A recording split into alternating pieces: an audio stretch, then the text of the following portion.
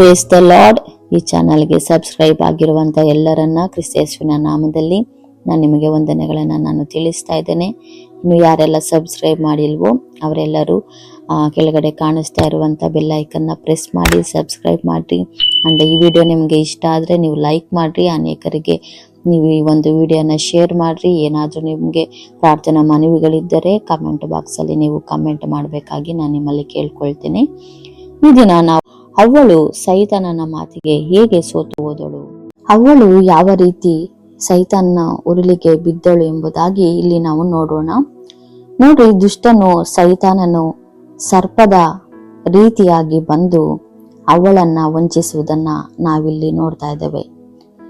ಒಂದು ಸೈತಾನನ ಆಲೋಚನೆ ಏನಿತ್ತು ಎಂಬುದಾಗಿ ನೋಡುವಾಗ, ಹೇಗಾದರೂ ಮಾಡಿ ದೇವರು ಕೊಟ್ಟಂತ ಈ ಆಜ್ಞೆಯನ್ನ ಇವರು ತಪ್ಪುವ ಹಾಗೆ ನಾನು ಮಾಡಬೇಕು ಎಂಬುವಂತ ಒಂದು ಆಲೋಚನೆ ಅವನಿಗಿದ್ದರಿಂದ ಅವನು ಒಂದು ನಾಟಕೀಯವಾಗಿ ಅವಳ ಬಳಿ ಬಂದು ಮಾತನಾಡುವುದನ್ನ ನಾವಿಲ್ಲಿ ನೋಡ್ತಾ ಇದ್ದೇವೆ.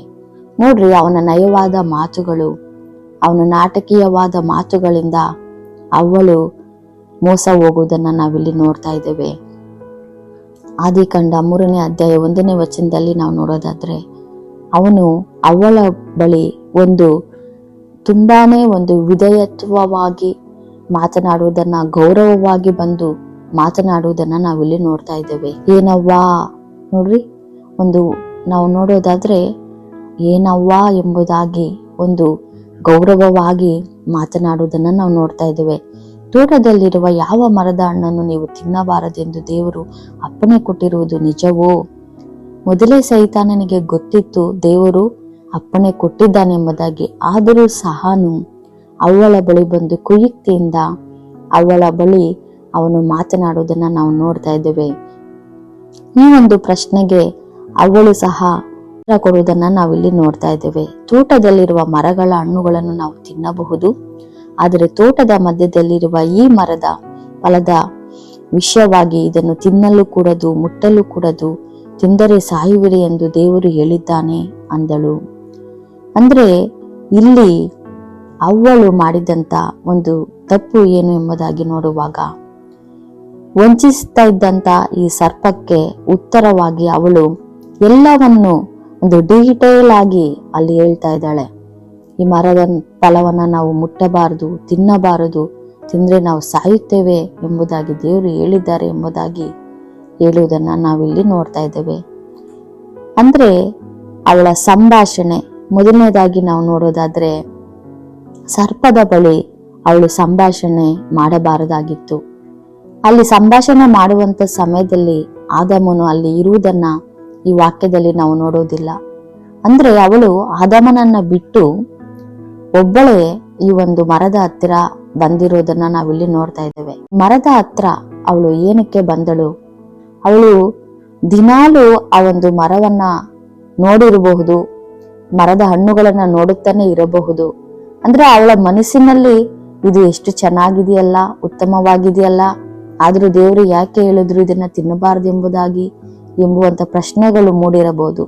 ಈ ಒಂದು ಮನಸ್ಸಿನಲ್ಲಿ ಬಂದಂತ ಈ ಒಂದು ಉದ್ದೇಶ, ತಿನ್ನಬೇಕು ಅನ್ನುವಂತ ಉದ್ದೇಶ ಬಂದ್ರೂ ಸಹನು ಅದನ್ನ ಅವಳು ತಿನ್ನದೆ ಆ ಒಂದು ತೋಟದಲ್ಲಿ ಇರುವುದನ್ನ ನಾವು ನೋಡ್ತೇವೆ. ಇವಳ ಮನಸ್ಸಲ್ಲಿ ಯಾವ ರೀತಿ ಪಾಪದ ಒಂದು ಕಾರ್ಯ, ಪಾಪ ತಪ್ಪು ಮಾಡಬೇಕು, ತಿನ್ನಬೇಕು ಅನ್ನುವಂತ ಆಸೆ ಬಂತು, ಆಗ್ಲೇ ಸೈತಾನನು ಇಲ್ಲಿ ಬರುವುದನ್ನ ನಾವಿಲ್ಲಿ ನೋಡ್ತಾ ಇದ್ದೇವೆ. ಹಾಲೆಲೂಯಾ. ಆಮೇಲೆ ನಾವು ನೋಡುವುದಾದ್ರೆ, ಸರ್ಪ ಮತ್ತೆ ಅವಳನ್ನ ವಂಚಿಸಿ ಮಾತನಾಡಿ ಹೇಳುತ್ತೆ, ಈ ಹಣ್ಣನ್ನ ನೀವು ತಿಂದ್ರೆ ನೀವು ಹೇಗೂ ಸಾಯುವುದಿಲ್ಲ ಎಂಬುದಾಗಿ. 4ನೇ ವಚನದಲ್ಲಿ ನಾವು ನೋಡ್ತೇವೆ, ಈ ಹಣ್ಣನ್ನ ತಿಂದ್ರೆ ನೀವು ಹೇಗೂ ಸಾಯುವುದಿಲ್ಲ ಎಂಬುದಾಗಿ ಮತ್ತೆ ಒಂದು ಸುಳ್ಳನ್ನ ಬೊಂಕುತ್ತಾ ಇರುವುದನ್ನ ನಾವಿಲ್ಲಿ ನೋಡ್ತಾ ಇದ್ದೇವೆ. ಹಾಲೆಲೂಯಾ. ಅಂದ್ರೆ ಈ ಸಾವು ಅಂತಂದ್ರೆ ಅದು ಒಂದು ಆತ್ಮಿಕ ಸಾವು ಎಂಬುದಾಗಿ ನಾವು ಹೇಳಬಹುದು. ಅವರು ಆತ್ಮಿಕವಾಗಿ ಜೀವನ ಮಾಡ್ತಾ ಇದ್ರು, ಆದ್ರೆ ಶಾರೀರಿಕ ಎಂಬುವಂತ ಶರೀರ ಎಂಬುವಂಥದ್ದು ಅವರಲ್ಲಿ ಇರಲಿಲ್ಲ. ಹಾಗಾಗಿನೇ ಸರ್ಪವು ಈ ಆತ್ಮದಲ್ಲಿ ಅವರನ್ನ ಸಾಯಿಸುವುದಕ್ಕಾಗಿ ನೀವು ಹೇಗೂ ಸಾಯುವುದಿಲ್ಲ ಎಂಬುದಾಗಿ ಸುಳ್ಳನ್ನ ಹೇಳುವುದನ್ನ ನಾವಿಲ್ಲಿ ನೋಡ್ತಾ ಇದ್ದೇವೆ. ಮತ್ತೆ ನಾವು ಮುಂದುವರೆದು ನೋಡೋದಾದ್ರೆ, ನೀವು ಇದರ ಹಣ್ಣನ್ನು ತಿಂದಾಗಲೇ ನಿಮ್ಮ ಕಣ್ಣುಗಳು ತೆರೆಯುವವು ಎಂಬುದಾಗಿ. ಅಂದರೆ ಅವರನ್ನ ಆದಾಮ ಅವಳನ್ನ ಹೇಗಾದ್ರೂ ಮಾಡಿ ವಂಚಿಸಿ ಅವರನ್ನ ದೇವರೊಟ್ಟಿಗೆ ಇದ್ದಂತ ದೇವರ ಸ್ವಾರೂಪ್ಯವನ್ನ ಆ ಮಹಿಮೆಯನ್ನ ಕಳೆದುಕೊಳ್ಳಬೇಕೆಂಬುದರ ಒಂದು ಉದ್ದೇಶದ ಮೇರೆಗೆ ಸೈತಾನನು ಇವರನ್ನ ವಂಚಿಸುವುದನ್ನು ನಾವಿಲ್ಲಿ ನೋಡ್ತಾ ಇದ್ದೇವೆ. ಅದೇ ರೀತಿ ನೀವು ದೇವರಂತೆ ಆಗಿ ಒಳ್ಳೆಯದರ ಕೆಟ್ಟದರ ಭೇದವನ್ನ ಅರಿತವರಾಗಿರುವಿರಿ ಎಂಬುದಾಗಿ ಸುಳ್ಳನ್ನು ಹೇಳುವುದನ್ನ ನಾವಿಲ್ಲಿ ನೋಡ್ತಾ ಇದ್ದೇವೆ. ಅಂದ್ರೆ ನೋಡ್ರಿ, ಇಲ್ಲಿ ಅವನಲ್ಲಿ ಇದ್ದಂತ ಸ್ವಭಾವವು ಯಾವ ರೀತಿ ಅಂತಂದ್ರೆ ದೇವರಂತೆ ನೀವು ಆಗುತ್ತೀರಾ ಎಂಬುದಾಗಿ ವಂಚಿಸುವುದನ್ನ ನಾವಿಲ್ಲಿ ನೋಡ್ತೇವೆ. ಅವಳು ದೇವರನ್ನಾಗಿ ಅವಳು ಆಲೋಚನೆ ಮಾಡಿಕೊಂಡಿರಬಹುದು. ಅಂದ್ರೆ ದೇವರು ಏಕೆ ನಮಗೆ ವಂಚನೆ ಮಾಡಿದರು, ನಾವು ಸಹ ಈ ಹಣ್ಣನ್ನು ತಿಂದರೆ ನಾವು ದೇವರಂತೆ ಆಗುತ್ತೇವೆ ಎಂಬುದಾಗಿ ದೇವರಿಗೆ ಗೊತ್ತುಂಟಲ್ಲ, ಗೊತ್ತಿದ್ದರೆ ಮತ್ತೆ ನಮಗೆ ಯಾಕೆ ದೇವರು ಈ ರೀತಿ ಹೇಳಿದ್ರು ಎಂಬುದಾಗಿ ಅವಳು ಸಹ ಆಲೋಚನೆ ಮಾಡಿರ್ಬೋದು. ಆ ಸಮಯದಲ್ಲಿ ಈ ಹಣ್ಣನ್ನ ತಿಂದ್ರೆ ನಾನು ಸಹ ದೇವರಂತೆ ಆಗುತ್ತೇನೆ ಎಂಬುವಂತ ಆಸೆ ಸಹ ಅವಳ ಹೃದಯದಲ್ಲಿ ಬಂದಿರಬಹುದು. ಹಾಲೆಲೂಯ. ಅದೇ ರೀತಿ ನಾವು ನೋಡೋದಾದ್ರೆ ಇದು ದೇವರಿಗೆ ಚೆನ್ನಾಗಿ ಗೊತ್ತುಂಟು ಎಂಬುದಾಗಿ ಸೈತಾನನು ಮಾತನಾಡ್ತಾ ಇದ್ದಾನೆ. ಅಂದ್ರೆ ಈ ವಿಚಾರ ದೇವರಿಗೆ ಗೊತ್ತಿದೆ, ನೀವು ದೇವರಂತೆ ಆಗ್ತೀರ ಎಂಬುದಾಗಿ ದೇವರಿಗೂ ಸಹ ಗೊತ್ತಿದೆ ಅಂತೇಳಿ ದೇವರ ಮೇಲೆ ಸುಳ್ಳುಗಳನ್ನ ಸೈತಾನನು ಇಲ್ಲಿ ಹೇಳುವುದನ್ನ ನಾವಿಲ್ಲಿ ನೋಡ್ತಾ ಇದ್ದೇವೆ. ಹಾಲೆಲೂಯ. ನೋಡ್ರಿ, ಈ ಒಂದು ಸ್ವಭಾವ, ಈ ಒಂದು ಅವಳ ಸ್ವಭಾವ ಯಾವ ರೀತಿ ಆಯ್ತು ಎಂಬುದಾಗಿ ನೋಡುವಾಗ ಅವಳು ಏನು ಮಾಡಿದಳು ಅಂತಂದ್ರೆ ಸರ್ಪದ ಕುಯುಕ್ತಿಗೆ ಒಳಗಾದಳು. ಅವಳು ಆದಾಮನನ್ನ ಬಿಟ್ಟು ಹೊರಗಡೆ ಬಂದ್ಲು. ಆ ಮರವನ್ನ ಯಾವಾಗಲೂ ಅವಳು ನೋಡ್ತಾ ಇದ್ದಳು, ಅದನ್ನ ಅಬ್ಸರ್ವ್ ಮಾಡ್ತಾ ಇದ್ಲು. ಸೊ ಬಂದು ಆ ಮರದ ಹಣ್ಣನ್ನ ನೋಡ್ತಾ ಇದ್ಲು. ಆದ್ರೆ ಯಾವುದೇ ಒಂದು ಯಾರು ಸಹ ಅವಳಿಗೆ ಉತ್ತೇಜನ ಮಾಡ್ಲಿಲ್ಲ ತಿನ್ನು ಎಂಬುದಾಗಿ. ಆದ್ರೆ ಅದು ಪಾಪ, ಅದು ತಪ್ಪು, ತಿಂದ್ರೆ ತಪ್ಪು, ಪಾಪ, ಮರಣಕ್ಕೆ ಒಳಗಾಗ್ತಾರೆ ಎಂಬುವಂಥದ್ದು ಚೆನ್ನಾಗಿ ಬಲ್ಲ ಈ ಸೈತಾನನು, ಸರ್ಪನು ಬಂದು ಅವಳನ್ನ ವಂಚಿಸಿ ಈ ಮರದ ಹಣ್ಣನ್ನ ನೀನು ತಿನ್ನು ಎಂಬುದಾಗಿ ಪ್ರೇರೇಪಿಸುವುದನ್ನ, ಉತ್ತೇಜಿಸುವುದನ್ನ ನಾವಿಲ್ಲಿ ನೋಡ್ತಾ ಇದ್ದೇವೆ. ಇಲ್ಲಿ ಒಂದು ಸೈತಾನನ ಸ್ವಭಾವ ಇಲ್ಲಿ ವ್ಯಕ್ತವಾಗ್ತಾ ಇದೆ. ಹಾಲೆಲೂಯ. ಪಾಪದ ಆಲೋಚನೆ ಮೊದಲು ಮನಸ್ಸಿನಲ್ಲಿ ಹುಟ್ಟುತ್ತದೆ. ನೋಡ್ರಿ, ಪಾಪ ಮಾಡಬೇಕೆಂಬಂತ ಆಲೋಚನೆ ಅವಳ ಮನಸ್ಸಿನಲ್ಲಿ ಹುಟ್ಟಿತ್ತು. ಯಾವಾಗ ಉತ್ತೇಜಿತಳಾಗಿ ಒಂದು ಪ್ರೋತ್ಸಾಹ ಅವಳಿಗೆ ಸಿಕ್ಕಿತೋ ಆ ಸಮಯದಲ್ಲಿ ಅವಳು ಸುಲಭವಾಗಿ ಹಣ್ಣನ್ನ ತೆಗೆದುಕೊಂಡು ತಿಂದು ಪಾಪವನ್ನ ಮಾಡುವುದನ್ನ ನಾವಿಲ್ಲಿ ನೋಡ್ತಾ ಇದ್ದೇವೆ. ಅದೇ ರೀತಿ ಪ್ರಿಯರೇ, ಪ್ರತಿಯೊಬ್ಬ ಮನುಷ್ಯನ ಒಂದು ಮನಸ್ಸಿನಲ್ಲಿ ಯಾವುದೇ ಒಂದು ಪಾಪಗಳು ಮಾಡುವುದಕ್ಕಿಂತ ಮುಂಚಿತವಾಗಿ ಮೊದಲು ಪಾಪ ಅನ್ನುವಂಥದ್ದು ಶುರುವಾಗುವಂಥದ್ದು ಮನಸ್ಸಿನಲ್ಲಿ. ಯಾವಾಗ ಒಂದು ಮನಸ್ಸಿನಲ್ಲಿ ಈ ಒಂದು ತಪ್ಪು ಮಾಡಬೇಕು ಅನ್ನುವಂತ ಆಸೆ ಹುಟ್ಟುವುದನ್ನ ನಾವು ನೋಡ್ತೇವೆ. ಆ ಆಸೆ ಹೃದಯದಲ್ಲಿ ಬಂದ ತಕ್ಷಣ ನಾವು ಏನು ಮಾಡಬೇಕೆಂಬುದಾಗಿ ನೋಡುವಾಗ ಆಗಲೇ ಅದನ್ನ ನಾವು ಅರಿತವರಾಗಿ ದೇವರ ನಾಮದಲ್ಲಿ, ಯೇಸುವಿನ ನಾಮದಲ್ಲಿ ನಾವೇನ್ ಮಾಡ್ಬೇಕು, ಅದನ್ನ ಲಯ ಮಾಡಬೇಕು, ಬೇರು ಸಮೇತ ನಾವು ಕಿತ್ತಾಕಬೇಕು. ಆ ಪಾಪವನ್ನ ಮಾಡದಂತೆ ದೇವರೇ ನನ್ನನ್ನ ಬಲಪಡಿಸು, ಶಕ್ತಿಗೊಳಿಸು ಎಂಬುದಾಗಿ ನಾವು ದೇವರ ಬಳಿ ನಾವು ಪ್ರಾರ್ಥನೆಯನ್ನ ನಾವು ಮಾಡಬೇಕು. ಇಲ್ಲ ಅಂದ್ರೆ ಸೈತಾನನು ಏನು ಮಾಡ್ತಾನಂದ್ರೆ ಆ ಪಾಪದ ಆಸೆ ನಮ್ಮಲ್ಲಿ ಹುಟ್ಟಿದೆ ಎಂಬುದು ಗೊತ್ತ ತಕ್ಷಣ ಅವನು ಏನ್ ಮಾಡ್ತಾನೆ ಎಂಬುದಾಗಿ ನೋಡುವಾಗ ನಮ್ಮನ್ನ ಪ್ರೋತ್ಸಾಹಗೊಳಿಸ್ತಾನೆ, ನಮ್ಮನ್ನ ಉತ್ತೇಜನಗೊಳಿಸ್ತಾನೆ. ಯಾವ ರೀತಿ? ಯಾವುದರ ಮೂಲಕ? ಒಂದು ವಸ್ತುವಿನ ಮೂಲಕ ಆಗಿರ್ಬೋದು, ಬೇರೆ ಯಾವುದಾದ್ರೂ ಒಂದು ವ್ಯಕ್ತಿಯ ಮೂಲಕ ಆಗಿರ್ಬೋದು. ಅವನೇನ್ ಮಾಡ್ತಾನೆ, ಆ ಪಾಪವನ್ನ ಮಾಡುವಂತೆ ಅವನು ಪ್ರೋತ್ಸಾಹ ಮಾಡ್ತಾನೆ, ಅವನು ವಂಚಿಸ್ತಾನೆ, ನಯವಾದ ಮಾತುಗಳಿಂದ ಅವನು ಮಾತನಾಡ್ತಾನೆ. ನೋಡ್ರಿ, ಅವನು ವೇಷ ಧರಿಸಿಕೊಂಡು ಮನುಷ್ಯರನ್ನ ಏನ್ ಮಾಡ್ತಾನೆ, ಮೋಸ ಮಾಡಲು, ಮನುಷ್ಯರನ್ನ ಪಾಪಕ್ಕೆ ಪ್ರೇರೇಪಿಸಲು ಅವನೇನ್ ಮಾಡ್ತಾನೆ, ಸಿದ್ಧನಾಗಿ ಅದಕ್ಕೆ ಬೇಕಾಗಿರುವ ಹಾಗೆ ಜನರನ್ನ ಅವನು ನೇಮಿಸ್ತಾನೆ. ಅವರ ಮೂಲಕ ಸೈತಾನನು ಬಂದು ಮಾತನಾಡುವುದನ್ನ ನಾವು ನೋಡ್ತೇವೆ.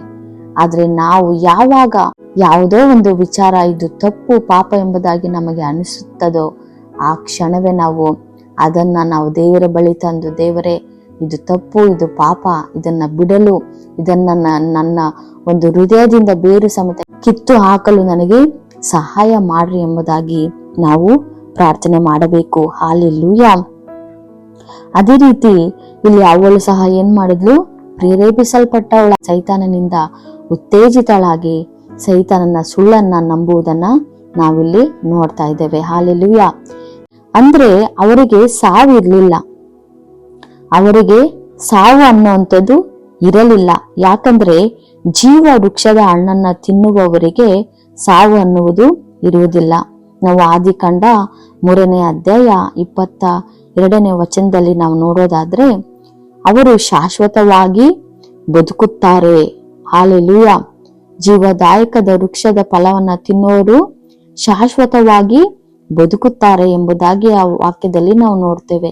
ಅಂದ್ರೆ ಜೀವದಾಯಕ ಹಣ್ಣನ್ನ ಇವರು ತಿನ್ನುತ್ತಾ ಅಲ್ಲಿ ಜೀವನ ಮಾಡ್ತಿದ್ರು. ಅಂದ್ರೆ ಅವರಿಗೆ ಶಾಶ್ವತವಾಗಿ ಅವರು ಜೀವನ ಮಾಡುವಂತವರು, ಅವರಿಗೆ ಸಾವಿರ್ಲಿಲ್ಲ.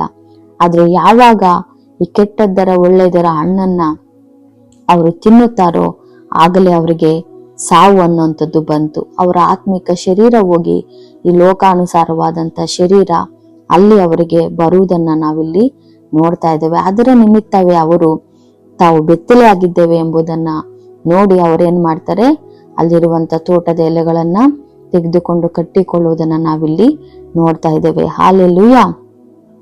ನಾವೀಗ ಧರಿಸಿಕೊಂಡಿರುವಂತ ಈ ಶರೀರ ಅವರಿಗೆ ಇರಲಿಲ್ಲ. ನಮ್ಮ ಶರೀರ, ಇವಾಗ ನಾವು ಜೀವನ ಮಾಡ್ತಾ ಇರುವಂತ ಈ ಶರೀರ ಅವರಿಗೆ ಇರಲಿಲ್ಲ. ಆದ್ರೆ ಪಾಪ ಮಾಡಿದ ತಕ್ಷಣ ಆ ಶರೀರ ಅವರಿಗೆ ಉಂಟಾಗುವುದನ್ನ ನಾವಿಲ್ಲಿ ನೋಡ್ತಾ ಇದ್ದೇವೆ.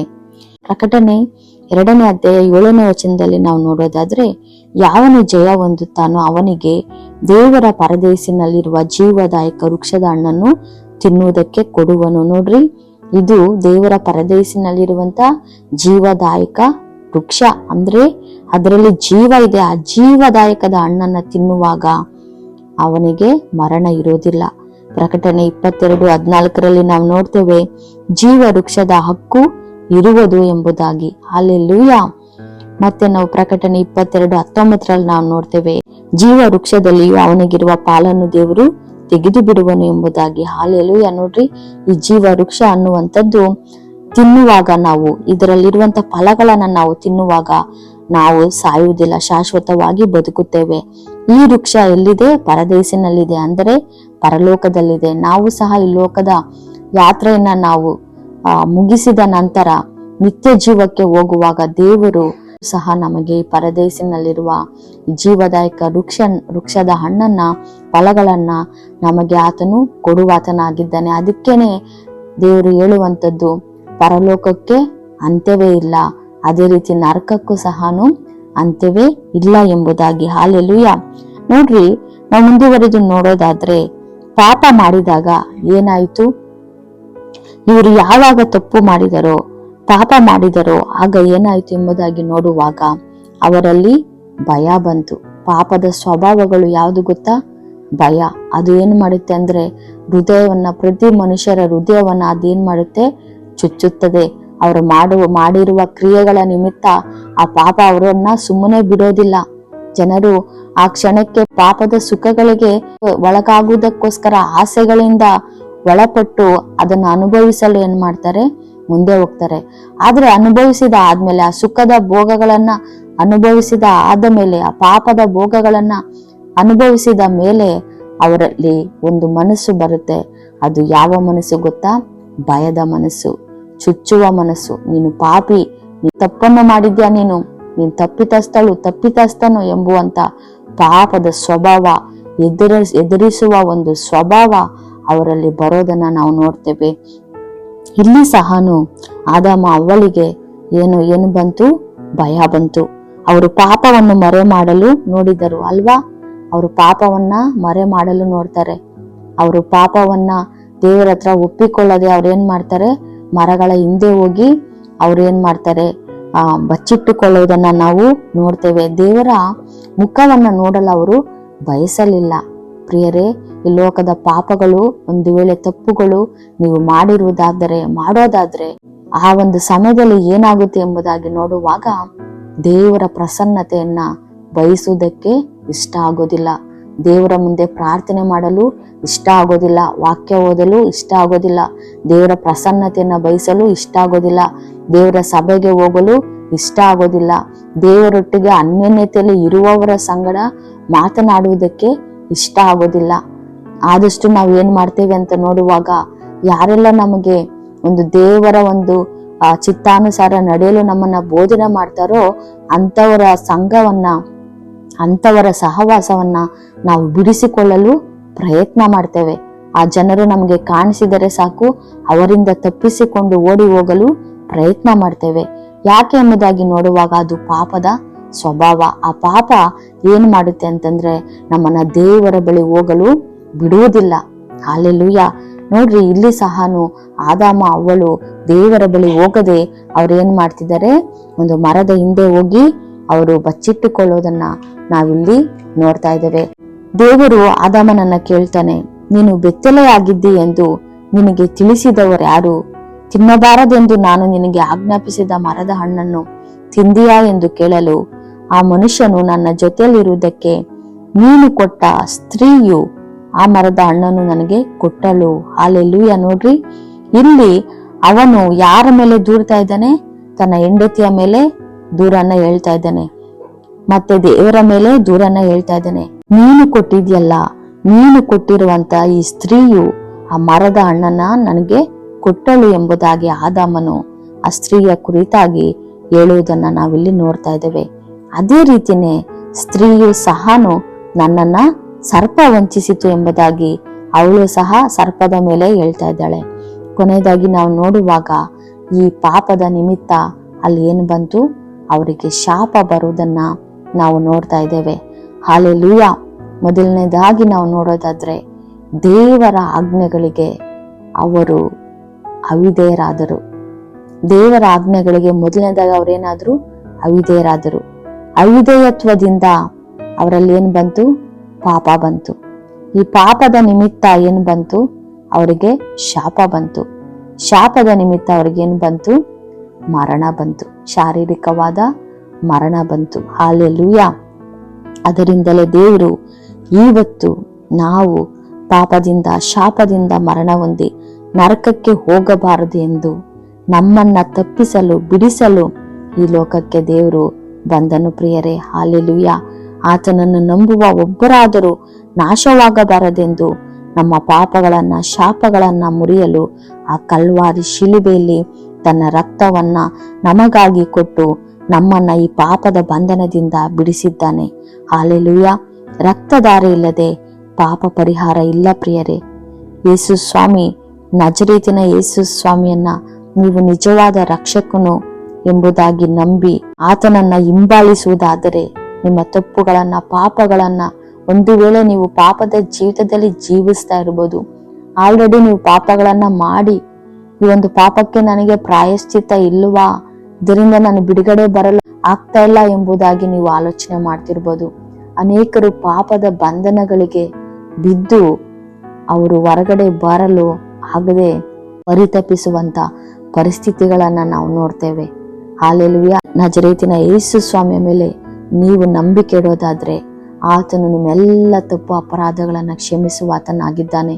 ಆ ಕಲ್ವಾರಿ ಶಿಲುಬೆಯಲ್ಲಿ ನಮಗೋಸ್ಕರ ಇಷ್ಟು ವರ್ಷಗಳ ಹಿಂದೆ ಆತನು ತನ್ನ ರಕ್ತವನ್ನ ಸುರಿಸಿದ್ದಾನೆ. ಪ್ರಿಯರೇ, ಈ ರಕ್ತವನ್ನ ನೀವು ನಂಬಿದರೆ ಸಾಕು. ಈ ಪರಿಶುದ್ಧವಾದ ರಕ್ತವನ್ನ ನಂಬಿ, ಎಸಯ್ಯ ನಿನ್ನ ರಕ್ತದಿಂದ ನನ್ನ ತಪ್ಪುಗಳನ್ನ, ಪಾಪಗಳನ್ನ ಕ್ಷಮಿಸು ಎಂಬುದಾಗಿ ಪಶ್ಚಾತ್ತಾಪ ಹೃದಯದಿಂದ, ಜಜ್ಜಿವಾದ ಹೃದಯದಿಂದ ನಾವು ದೇವರ ಬಳಿ ಬಂದು ಅರಿಕೆ ಮಾಡಿದರೆ ಖಂಡಿತವಾಗಿ ದೇವರು ಎಲ್ಲಾ ತಪ್ಪು ಅಪರಾಧಗಳನ್ನ ಕ್ಷಮಿಸಿ ಪರಿಹರಿಸಿ ನಿಮ್ಮನ್ನ ನೂತನ ಸೃಷ್ಟಿಯಾಗಿ ಆತನು ಮಾಡುತ್ತಾನೆ. ನೂತನ ಸೃಷ್ಟಿಯಾಗಿ ಮಾಡಿ ಹೊಸ ಹೃದಯವನ್ನ, ಹೊಸ ಜೀವಿತವನ್ನ ಕೊಡ್ತಾನೆ. ಸೊ ನೀವು ದೇವರ ಬಳಿ ಬಂದ್ರಿ, ಈ ಒಂದು ದಿನದಲ್ಲೇ ದೇವರ ಬಳಿ ಬಂದು ಆತನಿಗೆ ಅರಿಕೆ ಮಾಡಿ ನೀವು ಪಾಪಗಳನ್ನ ಬಿಟ್ಟು ದೇವರನ್ನ ನಂಬೋದಾದ್ರೆ ನಿಮಗೆ ಹೊಸ ಜೀವನವನ್ನ ಆತನು ಕೊಡುವಾತನಾಗಿದ್ದಾನೆ. ಈ ಹೊಸ ಜೀವಿತದಲ್ಲಿ ನೀವು ಮುಂದುವರೆಯಿರಿ. ಹಲ್ಲೆಲೂಯ. ದೇವರ ವಾಕ್ಯಗಳನ್ನ ಆಶೀರ್ವಾದ ಮಾಡ್ಲಿ. ಆಮೇನ್. ಹಲ್ಲೆಲೂಯ.